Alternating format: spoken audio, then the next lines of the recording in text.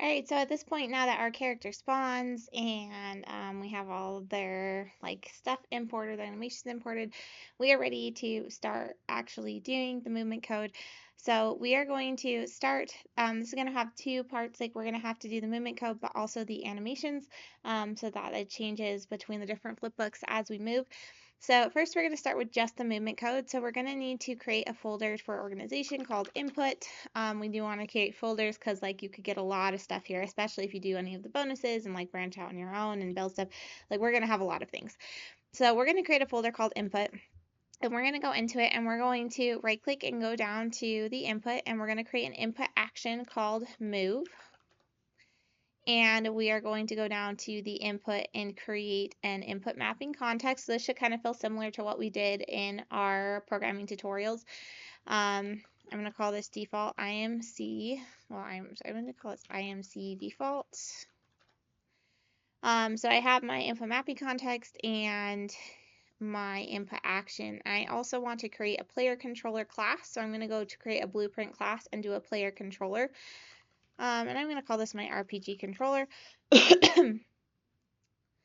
And then I'm going to go into my IMC default. So I'm going to open this up. I'm also going to open up my input action move. So in the input action move, its original value type is digital bool, which remember that is like an on or off switch, which movement is not. So remember that we did 2D axis movement for our character in our programming tutorial. We are going to do the same thing here, 2D axis movement, because we're going to go up, down, left, and right. So we're going to save that and close it. In our input mapping context, we're going to add a mapping. We're going to do this drop down. We're going to use move here, and we're going to do that drop down. And then we're going to put in key bindings here for WASD. I'm kind of moving faster this because we already did do it for both our 2D movement and our 3D movement. But if you need to pause and slow down and review, that's okay. So WASD for our inputs for move. And let me pull this up, make sure I have the right inputs that I'm telling you for this because it's a little different when we do the top down. So, all right, so for W, we are going to swizzle our input axis just like we've done before because normally we're on like X and Y is horizontal, so we want to swizzle it to be the other direction on the Z, whatever axis it ends up being. And then we want to negate it. So this is kind of different than what we did before because our camera is facing the character and we are coming towards the camera. The movement feels a little bit different than it does when we're behind the character. So when we're behind the character, S is usually negated because we're going backwards. But think of it the same direction, right? Like when when the camera's behind the character, we're going backwards with S. But when it's in front of the character, we're actually walking forwards with S, right? Because we're coming towards the camera. So it's just kind of a matter, like it's the same direction, but it's a matter of how the player thinks about it. And so they think of W's forward, S is backwards, but in like the top-down realm, S is actually bringing us toward the camera. So we're gonna essentially we're negating W instead of S in this case, so that it has that nicer feel. And we're going to on S, we're also going to swizzle it, same thing, but we are not going to negate there. And then for A, we are going to negate, so our normal left direction. And then right, we're not going to do anything. So it's very similar to what we did with our third person camera, but we're just switching that negation on W and S. Now we're going to save that and close it. We're going to go into our player controller and we're going to pull up, whoa, that's the finished one I have. I want to keep it as a reference to make sure I show you everything. Okay, so here in the event graph, pull this up.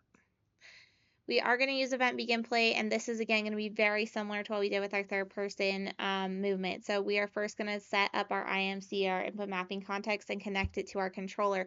So we're going to search for get enhanced input local player subsystem. It's like this huge long thing, right? If you remember from before. And we are going to drag this pin out and say add mapping context. These are the only two pins I've ever found in Unreal where the colors do not match, and it is bothersome, but it is what it is. From our drop down here, we're going to select our IMC defaults. We're going to make sure all that's there, compile and save. We're going to put a comment around this if you would like to remember what it does. And I will be adding comments as I go with you in the code for this game. I do suggest adding them, but modify the text if you need to so that you understand what it does. So that way you can use this as a reference. And if you decide you want to kind of be creative, or you're like, I feel like I kind of have a handle on this and I want to try something new, you feel like you understand what the code's doing and you're not just copying it. So remember to add a comment around things. You can left click drag to select everything and click the C button will add a comment. You can also right click any node and well, any selection of nodes and create a comment for the selection. All right, so that's that one. We do not need this event tick, so we can get rid of it. Again, make sure you're compiling and saving as you go. We are going to set a reference to our character, again, like we did with third person, so that we can keep track of it.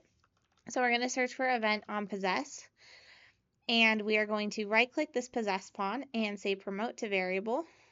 And we're going to rename this variable over here on the left in my blueprint. Again, moving fast through this because this should all be just review. We're going to say my character. I'm going to add a comment. This is how we store a reference to our character. So there's our kind of setup right there. Again, exactly the same thing that we did before. So now our movement code is just going to be slightly different, but very similar. So we're going to search for move, which is what I named the input action. If you named it something different, you're going to have to look for that name. And then we're going to find the little diamond one, not the square one, the diamond one for our enhanced input action. And we're going to right click this and split it, just like again we did for our third person movement. And we're going to grab my character here, get it, and we're going to drag off of it and say add movement input. If you don't drag off of it, it won't pop up. You'll have to turn off context sensitive to get it. We're going to do 2 of these because we have up, down, and left and right that we have to go in both directions.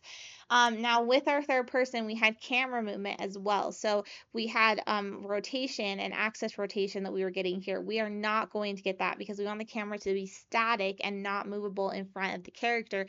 And as the character moves, that camera stays in a static place and doesn't rotate. So we are just adding movement input, but we are not going to actually turn like get the rotation. So here's my character, and we're going to grab the X one, put it in here, the Y one, put it in here. I'll double click these and pull these down so you can see better where they're going. My character does have to go into both movement inputs, so make sure that it's plugged into both there.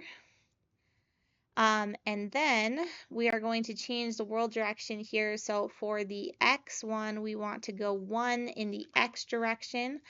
And for the Y one, we want to go 1 in the Y direction. And again, we're not adding rotation in, so otherwise this should look exactly like what you have for the third person movement, but without the rotation aspect that we had there. And this is the code for the player movement.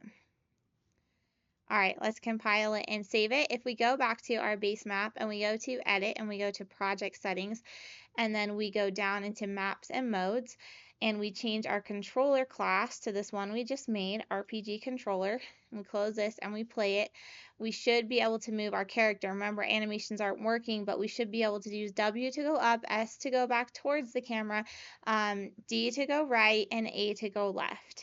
So all of that should be working. If you can, if it's not working for you, make sure you go back through and double check everything that you have.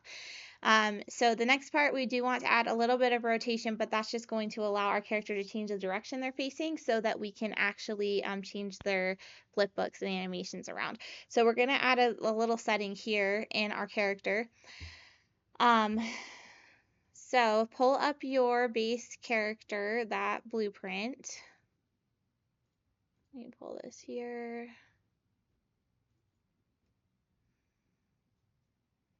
Just want to make sure I remember both settings. All right, so we are going to search and make sure you are at the top here in base character and your component so that you can search for everything in the details. In the details, we're going to search for orient, and we are going to click this box that says orient rotation to movement. And then we're going to search for use controller rotation. And there will be this use controller rotation yaw that we need to turn off. Both of these are going to help so that our character actually turns directionally, even in the like 2D flipbook space that he's in. Rotates directionally so that our flipbook can change based on the direction he's facing. So if you want to see specifically what that does, you can add an arrow component that's visible, which this one isn't, and you can watch it rotate around the character. We're not going to do that in the video, but like it just that it does it does change how the rotation works. So just changing that, you can come in here and you can see that my character is now rotating. Now, is the image rotating? No, because we haven't changed the animation at all. But notice that my character is rotating within the world. Like the world is rotating, the camera is rotating with the character as I move. So that's a major change that happens just by doing those two things. So again, that was set orient rotation to movement and turn that on. So orient rotation to movement on, and then use controller rotation yaw off. And then a couple other things we want to check. We want to grab our spring arm right here, and over here in this transform area, where it just has rotation, we're going to click that, and where it says it's normally relative to the character, we want it relative to the world. So absolute rotation, we only want it to rotate relative to the world. We don't want it to rotate relative to the character. So that will change how things move a little bit. So now you can see that my character is flipping instead of the world flipping. Also notice when he goes up and down, he goes invisible. He's not really invisible. He's just turning sideways in these papers, so you can't see him. But he is flipping his rotation now, and it is relative to him and not to the, like, well, it is the world that he is like he's rotating in the world, right, instead of the world rotating around him. So I needed to add one more note about something to make him stop just flipping like that. So we changed the spring arm to be absolute rotation, and that makes him flip around like that instead of the world flipping around him. But in order for the character to not turn invisible and like turn sideways and flip like that, we also want to make sure the sprite has absolute rotation. So even though your camera has absolute rotation, you also want to make sure the sprite does. So your camera is in your base ally, and that spring arm has absolute rotation, which we need. But we want to put the absolute rotation on the sprite in the base character, not the base ally. And that's because if you have enemies that move, they're going to need that setting as well. So you're going to click the sprite in your base character, which probably doesn't have a sprite and won't have the health bar because this is a further along section of code. But in your base character, you're going to click that sprite, and you're going to go over to rotation, and you're going to click the world rotation, just like you did for that spring arm. And then if you save that and you play, your character shouldn't flip around all funny in the world anymore.